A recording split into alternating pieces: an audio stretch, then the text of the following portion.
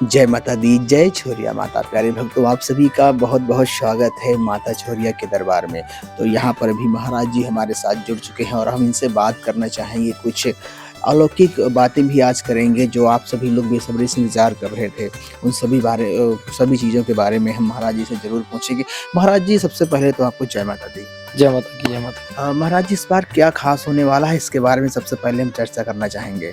खास ये होने वाला है माता जी का, जिस प्रकार से प्रतिवर्ष गरीब कन्याओं के विवाह इस क्षेत्र में माता जी के पंडाल में और नित्य हवन का सुबह कार्यक्रम और भागवत कथा का सप्तमी तक होता है। अष्टमी को माता जी का जागरण, भव्य जागरण, नवमी को भंडारा और मेला होता है यहाँ पे, और कार्यक्रम, सांस्कृतिक कार्यक्रम होते हैं माता जी के। और दसवीं को उसी भंडारे के साथ साथ में गरीब कन्याओं का विवाह होता है। ये इस बार कुछ विशेष ये होने वाला है। हर वर्ष की तरह से जो माता जी के वहाँ पे एक देखा गया कॉमन सी चीज कि जो विवाह की रीति चली आ रही है दशकों से, 20 से 25 वर्षों में ये 26वां कार्यक्रम होने जा रहा है जो गरीब कन्याओं का विवाह का यहाँ पे 2001 से जो है ये कार्यक्रम, सन 2000 से बाबा जी, लल्ला बाबा जी कराते आ रहे हैं। 2000 से आज ये 26 वर्ष जो है कंप्लीट हो रहे हैं। इस वर्ष करीब कितनी गरीब कन्याएं हैं? इस वर्ष 111 से, और अभी भी रजिस्ट्रेशन हो रहे हैं। अच्छा, अभी भी हो रहे हैं रजिस्ट्रेशन हो रहे हैं। आप ये समझ लीजिए कि मतलब माता जी का आशीर्वाद पाने के लिए लोग दूर से दूर, यहाँ से छोड़िए उत्तराखंड और जो है झारखंड और मतलब आसपास के जितने भी क्षेत्र हैं उधर के सब लोग आते हैं और जो है वो यहाँ से विवाह अपना संपन्न करा करके जाते हैं। जो सामूहिक विवाह यहाँ माता जी के आशीर्वाद से 10वीं वाले दिन यहाँ पे होता है, चैत्र नवरात्र की 10वीं वाले दिन, और लल्ला बाबा जी के सानिध्य से माँ छोरिया के आशीर्वाद से वो कार्य संपन्न होता है।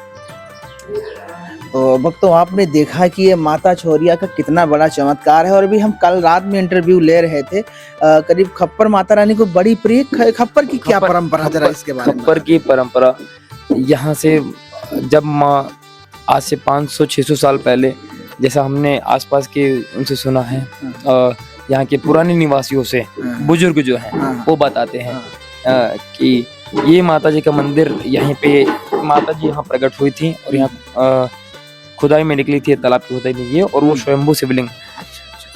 इनका जो खप्पर की प्रथा है, और उसके बाद फिर हमने जितना सुना है हमारे लल्ला बाबा जी सन 84 से उन्होंने माता जी की शरण में आकर के माता की शरण ली और अपनी जवान चढ़ाई यहाँ पर। उसके बाद से जब उन्होंने यहाँ का कार्यभार संभाला, फिर माता जी की नित्य पूजा, सुबह शाम आरती, कुछ भी हो जाए, आंधी आए तूफान है, लेकिन माता जी की पूजन में कभी भी व्यवधान कोई नहीं आता था। एक भी जो है, एक भी दिन मतलब इनकी पूजा में ये नहीं होता था कि वो पूजा ना हो।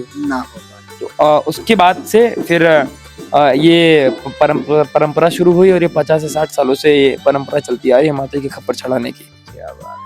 और ये खप्पर चढ़ाने से लोगों को ये माता जी की विशेष पूजा है। खप्पर जैसे कि हर धाम में विशेष पूजा होती है। आप कामाख्या चले जाइए, वहाँ भी प्रथा है, बलि की प्रथा जैसा ये है। वो देखिए, और तो शक्तियों में 10 महाविद्याओं में भाई काफी ऐसी शक्तियां जहाँ वो उनको बलि दी जाती है। जैसे राजा बलि से चलिए, हाँ, लेकिन वो किसी ऋषि मुनि के द्वारा, जैसे कि हमने वहाँ का सुना है कामाख्या देवी का, ठीक है, तो उन्होंने फिर ये पूजा की रीत बदल दी कामाख्या देवी में, फिर जो है जानवरों की बलि दी जाने लगी। उचित है, उसी तरह से जो है यहाँ पे आप बलि कह लीजिए, कुछ भी चढ़ावा कह लीजिए, यहाँ माँ को खप्पर की भेंट चढ़ती है और माँ छोरिया को वो भेंट बहुत प्रिय है। क्या बात है। और खप्पर चढ़ाने से लोगों की समस्त मनोकामनाएं पूर्ण भी होती हैं, ऐसा हमने इंटरव्यू में लोगों से सुना है और देखा भी है।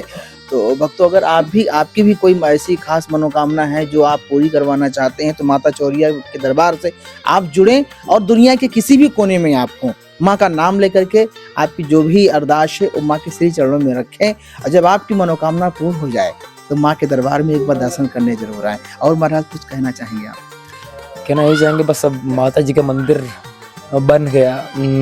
बन ही रहा है, और ये भव्य मंदिर माता जी का बनने के बाद माता जी अपने गर्भगृह में पुनः विराजमान होंगी, क्योंकि पहले छोटा सा मंदिर था, उसके बाद से माननीय लल्ला बाबा जी ने पूजनी तो उन्होंने ये प्रण लिया और ये इतना बड़ा भव्य मंदिर ये बनाने से पहले भी वो पैदल वैष्णो देवी गए हाँ, और अभी जीवन में 3 से 4 बार वो वैष्णो देवी पैदल जा चुके हैं। पैदल जाते हैं। इस मंदिर की नींव डालने के बाद वो गए हैं और उसके बाद जब ये मंदिर बन गया है उसके बाद फिर वो गए हैं माँ वैष्णो देवी पैदल। क्या बात है। और अभी नहीं, वो जो है आज से 20 से 30 साल पहले भी जो है वो जा चुके थे। अच्छा पैदल एक चीज और अभी हमने जो है हाल ही में सुना है, ये जो है अयोध्या धाम भी पैदल यात्रा जी, यहाँ जी। से गई, उसका क्या रहस्य है? सन 2024 में 22 जनवरी में जिस दिन भगवान श्री राम अपने विग्रह में विराजमान हुए, जी, जी। राघव जी की मूर्ति, वो एक जैसे कि माँ कौशल्या उनको प्रिय नाम से राघव बुलाती थी, जी जी जी। तो वो विराजमान हुए वहाँ। और उसी दिन से पहले ही 2023 दिसंबर 25 उस दिन से यात्रा निकलना यहाँ से प्रारंभ हुई, माँ छोरिया माता मंदिर से लेकर के अयोध्या धाम तक पैदल पद यात्रा। और वो इस वर्ष जो है तीसरी पद यात्रा हो गई है 2025 में। 23, 24 और 25, और इसी तरह निरंतर चलती रहेगी जब तक माँ छोरिया की इच्छा होगी। क्या बात है।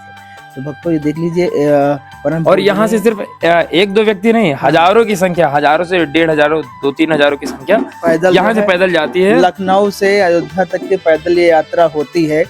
और भक्तों ये बड़ी जो है हर्ष की बात है कि लखनऊ के चिन्हा क्षेत्र में जो है माता छोरिया का दरबार, दिव्य दरबार यहाँ पर हम लोगों को देखने को मिलता है। और बड़ी ही कृपा है, यहाँ आने के बाद में जो मन में शांति मिलती है, एक अलौकिक जो है शक्ति यहाँ पर निवास करती है, जिससे सारी मन की जो भी उमंगे होती है वो आकर के यहाँ पर शांत होती हैं। और महाराज जी से जो भी हमने अभी चर्चा की है, अगर आप भी चाहते हैं कि आपका भला हो, आपकी कृपा हो, और आप लोग जो इधर उधर भटक रहे हैं, अब हम ज्यादा कुछ शब्दों का इस्तेमाल तो नहीं करना चाहेंगे, लेकिन इधर उधर जहाँ पर आप भटक रहे हैं वहां जाना बिल्कुल बंद करें और अपनी माता छोरिया के दरबार से जुड़ें और अपने जीवन कृतार्थ मंगलमय बनाएं। तो महाराज चलते चलते कुछ और कहना चाहेंगे? बस यही कहना चाहेंगे कि बस कुछ ही समय बाद माता जी का भव्य मंदिर बनने वाला है।